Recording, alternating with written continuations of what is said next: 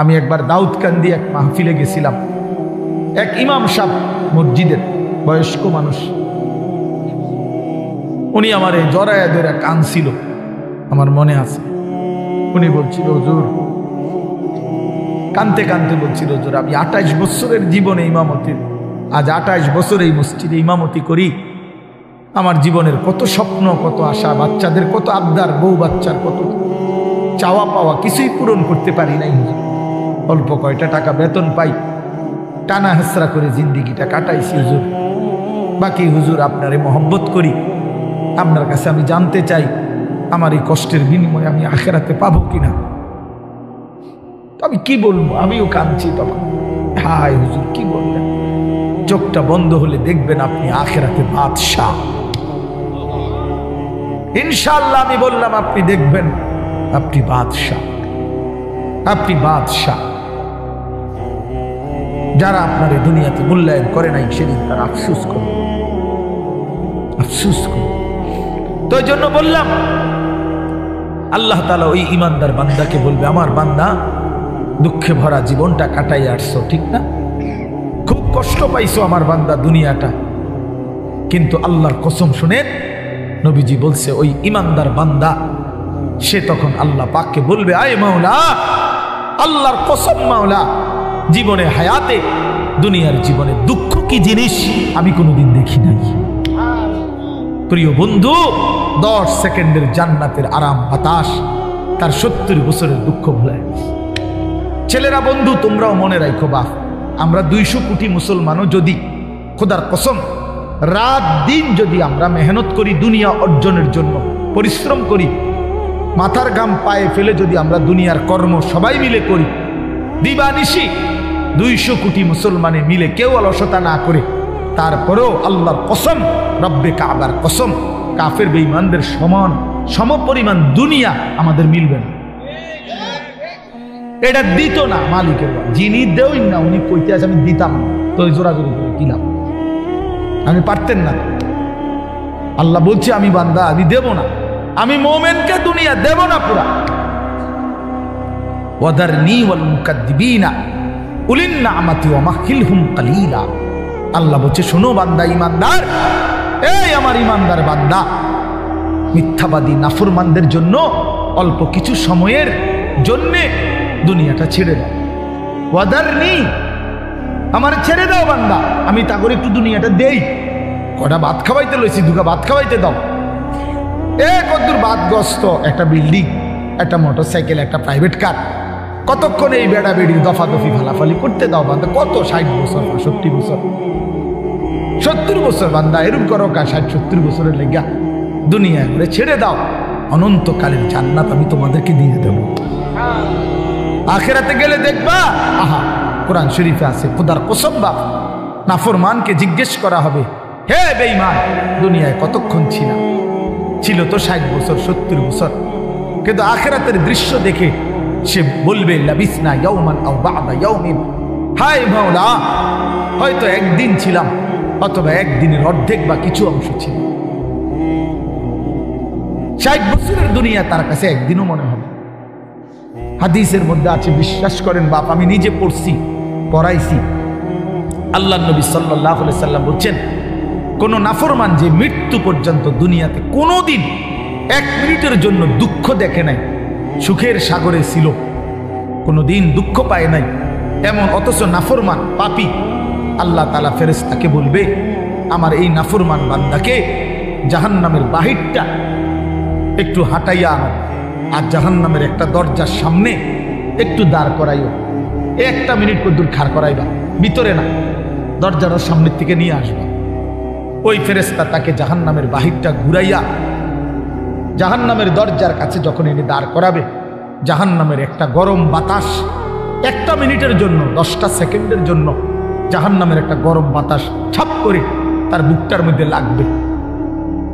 এরপরে ফেরেশতা তারে নিয়ে আসবে, আনার পরে হাসরের মাঠে, প্রিয় বাপ, প্রিয় সন্তান, আমার ছেলেরা আমার, আল্লাহর কসম নবীজি বলছে, আল্লাহ পাক তখন ওই সুখে ভরা নাফরমান ব্যক্তিটাকে জিজ্ঞেস করবে, আমার বান্দা, দুনিয়াটা তো বড় সুখে আরামে নিশ্চিন্তে কাটাই আসছো, ঠিক না? আল্লাহর কসম ওই বান্দা তখন বলবে, আয় মাওলা, আপনার জাতের কসম মাওলা, জীবনে দুনিয়ার হায়াতে সুখ কি জিনিস আমি জীবনে কোনোদিন দেখিনি। বিশ্বাস করি, এটা হাদিসের। আবার আমি ব্যক্তিগতভাবে খামখেয়ালি কথা কম বলি, এটা হাদিস। অর্থাৎ জাহান্নামের 10 সেকেন্ডের ওই দরজার মুখের একটু গরম বাতাস তার 60 বছরের 70 বছরের সুখ 1 মিনিটে 1 সেকেন্ডে 10 সেকেন্ডে ভুলায় গেছে, সব ভুলে গেছে।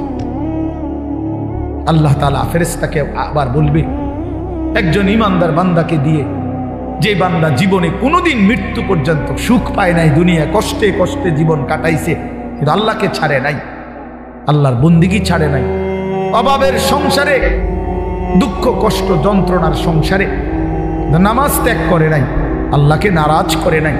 আল্লাহ পাক বলবে, ফেরেশতা আমার এই ইমানদার বান্দাকে জান্নাতের চারদিকে একটু হাঁটাইয়া আনো, আর লাস্টে একটু দরজার মুখে দাঁড় করাইয়া আনবা। এই বান্দাকে সারা জান্নাতের চারদিকে ঘুরাইয়া দরজার সামনে যখন আনবে, তো 10 সেকেন্ডে জান্নাতের একটা আরামদায়ক বাতাস তার বুকে আইসা লাগবে। এরপরে তাকে আল্লাহর সামনে আনা হবে। মহান আল্লাহ পাক রব্বুল আলামিন সেই বান্দাকে বলবে, আমার বান্দা, দুনিয়ার জীবনটা আমার মুমিন বান্দা বড় কষ্ট করে আসছো বান্দা, কত সুদের টাকা, ঘুষের টাকা, কত হারাম টাকার সুযোগ ছিল, কামাই করো নাই। চারপাশের ঘরে সব মানুষ টেলিভিশন দেখছে, নাচ গান দেখছে, এই চারদিকের টেলিভিশনে ভরা মহল্লার মাঝখানে তুমি একটা ছোট্ট ঘরে তোমার স্ত্রী সন্তান নিয়ে কষ্ট করেই পড়েছিলা। ছেলেটাকে টাইনা ধরছো, মেয়েটাকে ফিরাইছো, ছোট বাচ্চাটাকেও কোনোদিন টেলিভিশন, নাচ গান, হারামের মধ্যে ঢুকতে দেই নাই। আমি একবার দাউদকান্দি এক মাহফিলে গেছিলাম, এক ইমাম সাহেব মসজিদের বয়স্ক মানুষ, উনি আমার এই জড়ায় ধরে কাঁদছিল, আমার মনে আছে। উনি বলছিল, হুজুর, কানতে কানতে বলছিল, হুজুর আমি 28 বছরের জীবনে ইমামতির, আজ 28 বছর এই মসজিদে ইমামতি করি, আমার জীবনের কত স্বপ্ন, কত আশা, বাচ্চাদের কত আবদার, বউ বাচ্চার কত চাওয়া পাওয়া, কিছুই পূরণ করতে পারি নাই হুজুর। অল্প কয়টা টাকা বেতন পাই, টানা হেসরা করে জিন্দিগিটা কাটাইছি হুজুর। বাকি হুজুর আপনারে মহব্বত করি, আপনার কাছে আমি জানতে চাই আমার এই কষ্টের বিনিময়ে আমি আখিরাতে পাবো কিনা। আমি কি বলবো, আমিও কাঁদছি তখন। হায় হুজুর, কি বললেন? চোখটা বন্ধ হলে দেখবেন আপনি আখিরাতে বাদশাহ। ইনশাআল্লাহ আমি বললাম, আপনি দেখবেন আপনি বাদশাহ, আপনি বাদশাহ। যারা আপনার এই দুনিয়াতে মূল্যায়ন করে নাই, সেদিন তারা আফসুস করে, আফসুস করে। তো এই জন্য বললাম, আল্লাহ তাআলা ওই ইমানদার বান্দাকে বলবে, আমার বান্দা, দুঃখে ভরা জীবনটা কাটাই আসছো, ঠিক না? খুব কষ্ট পাইছো আমার বান্দা দুনিয়াটা, কিন্তু আল্লাহর কসম শুনেন, নবীজি বলছে ওই ইমানদার বান্দা সে তখন আল্লাহ পাককে বলবে, আয় মাওলা, আল্লাহর কসম মাওলা, জীবনে হায়াতে, দুনিয়ার জীবনে দুঃখ কি জিনিস আমি কোনোদিন দেখি নাই। প্রিয় বন্ধু, 10 সেকেন্ডের জান্নাতের আরাম বাতাস তার 70 বছরের দুঃখ ভুলায়, আর ওই নাফরমানকে 70 বছরের সুখ জাহান্নামের 10 সেকেন্ডের গরম বাতাস ভুলায়। এর নাম আখিরাত। আপনি এটাকে খামখেয়ালি মনে করেন, ছেলেরা তোমরা খামখেয়ালি মনে করো, এটা রূপকথা না। কোরআন শরীফের এই কথাগুলো গল্প, কথা বলেন না, এগুলো রাসূলুল্লাহ সাল্লাল্লাহু আলাইহি ওয়াসাল্লামের এই কথাগুলো গল্প, কিচ্ছা। তো এগুলো যদি অযৌক্তিক হইতো, অবাস্তব হইতো, তো তোমরা যদি বুঝছো যেটা অযৌক্তিক, অপ্রয়োজনীয়, তা আমরা বুঝতে পারতাম না, আমরা ভাত খাই নাই। কথা বলেন, তুমি জেনারেল লাইনে পড়ালেখা করছো, তুমি বেশি পড়ছো, আমরাও তো পড়ছি বেটা, আমরাও তো পড়ছি, আমরাও তো জেনারেল লাইনে পড়ালেখা করছি বেটা। আমি তো কুমিল্লা ভিক্টোরিয়া কলেজ থেকে মাস্টার্স পাস করছি, এসএসসি দাখিলে বিজ্ঞান বিভাগ থেকে, সায়েন্স থেকে তো 1998 ইংরেজিতে সমগ্র বাংলাদেশে সর্বশ্রেষ্ঠ নাম্বার পেয়ে ফার্স্ট স্ট্যান্ড করছি, 1 নাম্বার সারা বাংলাদেশে।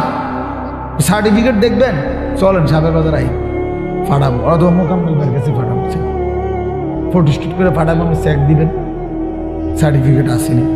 কয়টা সার্টিফিকেট লাগবে ওটা?